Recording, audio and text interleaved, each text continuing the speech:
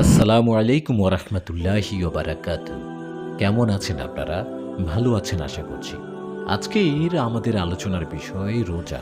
রোজা না রাখার শাস্তি সম্পর্কিত বিভিন্ন বিধান এবং এ সম্পর্কে উল্লেখিত কিছু তথ্য উপাত্ত।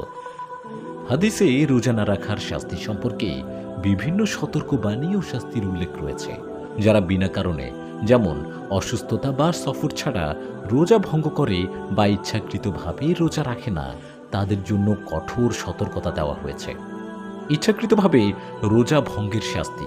হাদিস এসেছে আবু হুরায়রা রাদিয়াল্লাহু তাআলা আনহু থেকে বর্ণিত, রাসূলুল্লাহ সাল্লাল্লাহু আলাইহি সাল্লাম বলেছেন, যে ব্যক্তি বিনা ওজরে অসুস্থতা বা সফর ছাড়া রমজানের একটি রোজা ভঙ্গ করল, সে যদি সারা জীবন রোজা রাখে তবুও সে তার ক্ষতিপূরণ করতে পারবে না।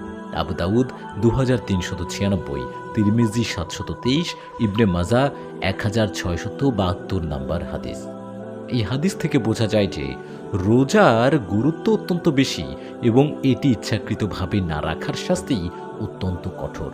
স্বপ্নে রাসূল সাল্লাল্লাহু আলাইহি সাল্লামের দেখা শাস্তির বিবরণ। আবু উমামা আল বাহিলি রাদিয়াল্লাহু তাআলা আনহু থেকে বর্ণিত, তিনি বলেন, রাসূল সাল্লাল্লাহু আলাইহি সাল্লাম বলেছেন, আমি স্বপ্নে কিছু লোককে দেখলাম যাদের পায়ের গোড়ালি বাঁধা ছিল, তাদের মুখ ফুঁড়িয়ে রাখা হয়েছিল এবং তাদের মুখ আগুনে পোড়ানো হচ্ছিল। আমি জিজ্ঞেস করলাম, এরা কারা? তখন বলা হলো, এরা সেই সব লোক যারা রোজা ছাড়ত। ইবনে খুজাইমা 1986, ইবনে হিব্বান 7491। রোজা ভঙ্গকারীদের জন্য কঠিন শাস্তির সতর্কতা।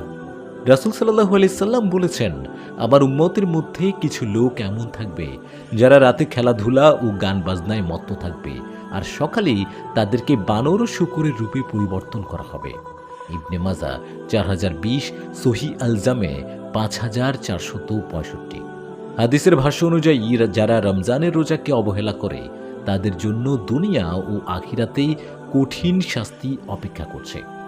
রোজা না রাখার কারণে দোজখের শাস্তি। একটি হাদিস এসেছে, যে ব্যক্তি রমজানের রোজা ফরজ জেনেও ইচ্ছাকৃতভাবে ত্যাগ করল, সে ইসলাম থেকে বের হয়ে গেল।